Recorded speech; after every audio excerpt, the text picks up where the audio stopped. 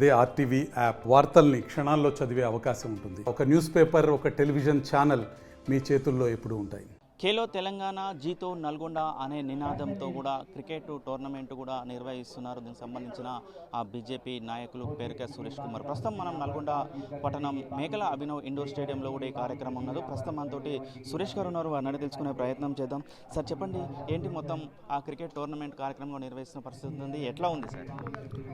ఈరోజు ముఖ్యంగా ఏదైతే 38 మండలాల నుంచి 12 టౌన్ల నుంచి 50 టీంలు పాల్గొనడం చాలా శుభసూచకంగా భావిస్తున్నాను.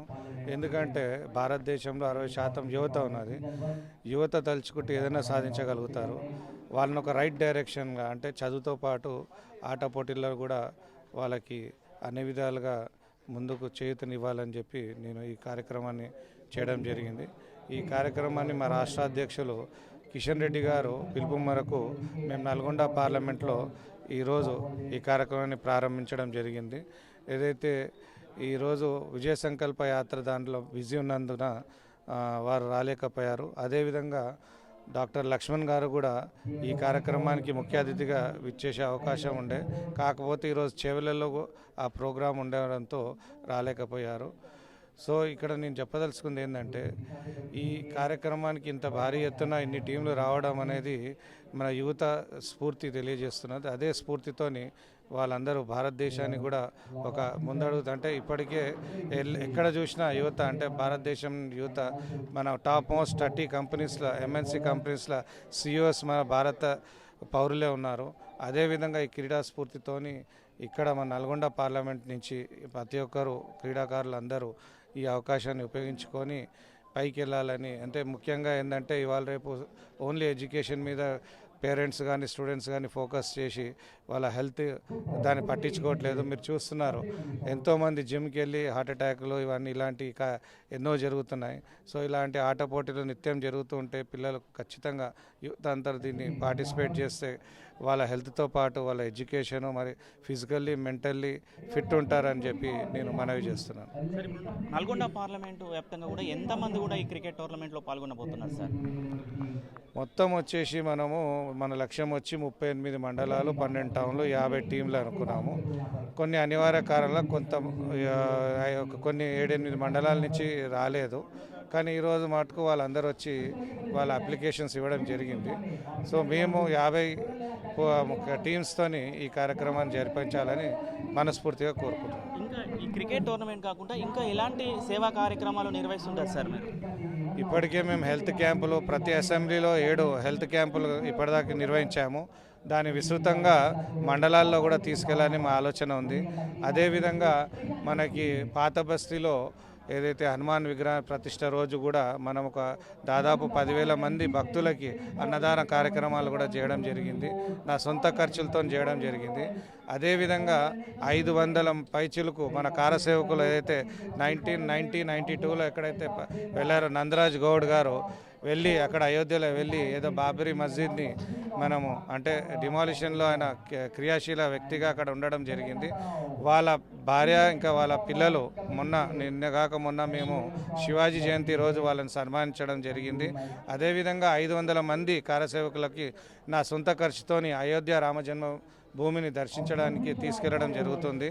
అదే కాకుండా స్పోర్ట్స్ యాక్టివిటీస్తో పాటు మేము ఇప్పుడు ఏదైతే మోడీ గారు మనకి విశ్వకర్మ యోజన, అంటే 18 కుల వృత్తుల వారికి ఏదైతే మేము డైలీ, అంటే 5 రోజుల పాటు వాళ్ళకి ట్రైనింగ్ ఉంటుంది. ప్రతిరోజు 500 స్టైఫన్ ఇచ్చి 15,000 వాళ్ళకి పనిముట్లుగా ఇది ఇచ్చేసి తర్వాత ₹1,00,000 లోను, ఆ లోన్ తర్వాత 3 లక్షల లోను ఇవ్వడం జరుగుతుంది. దీనికి వర్క్షాప్స్ ప్రతి మండలంలో మేము చేయాలని కోరుకుంటున్నాం. దీని ముఖ్య ఉద్దేశం ఏంటంటే కుట్టు పని చేసేవాళ్ళు కానీ, సాకల పని చేసేవాళ్ళు కానీ, మేస్త్రీ పని చేసేవాళ్ళు కానీ, ఎవరికైతే ఒక ₹1,00,000 వాళ్ళ జీవితాలు మారుతాయో వాళ్ళందరికీ మేము అవకాశం కల్పించడానికి మేము ఈ పోటీలు అయిపోయిన తర్వాత 23, 24, 25 అయిపోయిన తర్వాత 26, 27 తారీఖు ఈ కార్యక్రమం ప్రతి మండలంలో జరిపించుకోవాలని కోరుకుంటున్నాము.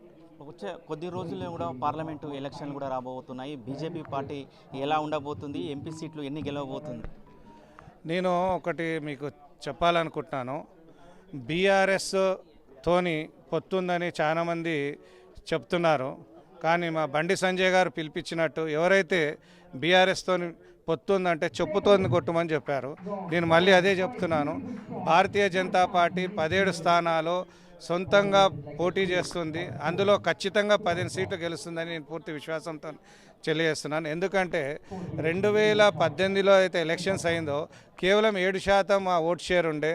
అలా ఒకే ఒక ఎమ్మెల్యే భారతీయ జనతా పార్టీ నుంచి ప్రాతినిధ్యం వహించారు. మొన్న ఏదైతే 23లో 5 రాష్ట్రాలు ఎలక్షన్స్ అయ్యాయో అక్కడ గణనీయంగా అంటే 14% vote షేర్తోని Bharatiya Janata party 8 MLA సీట్లు కైవసం చేసుకుంది. అదేవిధంగా వెస్ట్ బెంగాల్లో 10% ఓట్ షేర్ ఉన్నప్పుడు కేవలం 3 ఎమ్మెల్యే సీట్లు వచ్చాయి మాకు. అది ఇప్పుడు వచ్చి 38% ఓట్ షేర్తోని 77 ఎమ్మెల్యే స్థానాలు వచ్చాయి. అదేవిధంగా తెలంగాణలో కూడా మేము ఖచ్చితంగా ఇప్పుడు వచ్చే ఎలక్షన్స్లో ప్రభుత్వం ఏర్పాటు చేస్తాం.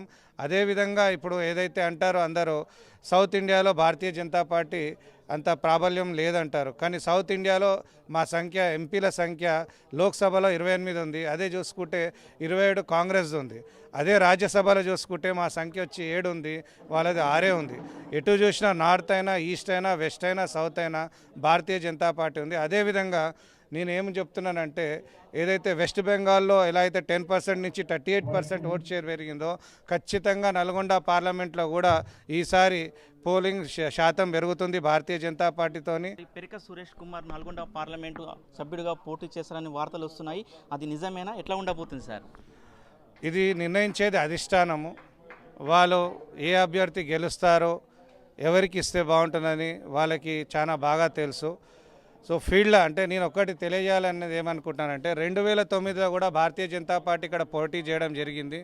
అభ్యర్థి వచ్చాడు, మళ్ళీ వెళ్ళిపోయాడు, మళ్ళీ మీకు ఎక్కడ నల్గొండలో కనిపించలేదు. అదేవిధంగా మీకు మొన్న ఎలక్షన్లో కూడా మీరు చూశారు.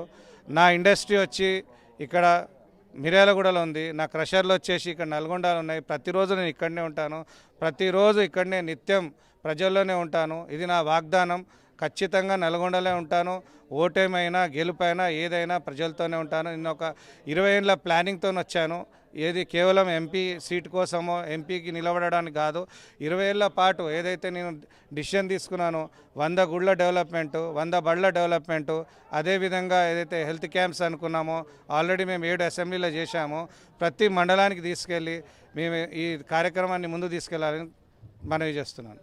రైట్. మొత్తంగా ఇది పెరిక సురేష్ కుమార్ నిర్వహిస్తున్న తర్వాత ఏదైతే క్రికెట్ టోర్నమెంట్ నిర్వహిస్తూ కూడా అదే అవసరమైతే కూడా ఏదైతే అధిష్టానం కూడా పార్లమెంట్ సభ్యుగా అవకాశం ఇస్తే కూడా నేను పోటీ చేసి నల్గొండ పార్లమెంట్ ద్వారా పోటీ చేసి కూడా ప్రజలకు సేవను అందిస్తానని కూడా చెప్తున్న పరిస్థితి కనపడుతుంది. వీడియో జర్నలిస్ట్ కృష్ణతో అచ్యుత్, RTV నల్గొండ. మరిన్ని వీడియోస్ కోసం ఛానల్ ని సబ్స్క్రైబ్ చేయండి. లేటెస్ట్ అప్డేట్స్ కోసం వాట్సాప్ ఛానల్ ని ఫాలో చేయండి. అండ్ లింక్ డిస్క్రిప్షన్ లో ఉంది.